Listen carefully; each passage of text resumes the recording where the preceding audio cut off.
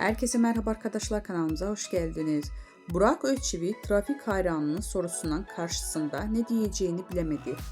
Geçtiğimiz aylarda eşi Fahriye Evcen'le boşanma iddialarıyla gündeme gelen Burak Özçivit bu kez trafikte yaşadığı diyalogla dikkat çekti.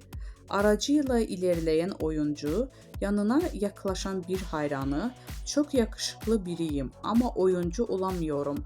Nasıl oyuncu olabilirim?" diye sordu. Özçivit ise gülümseyerek "Çok zor, bir yönetim olsa keşke söylesem" yanıtını verdi.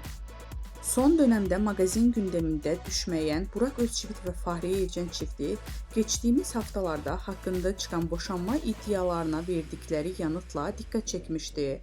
Çiftin tüm mal varlığını elden çıkardığını ve evliliklerinde kriz yaşadıklarını öne sürülmüştü. İddialar kısa sürede sosyal medyada büyük yankı uyandırmıştı.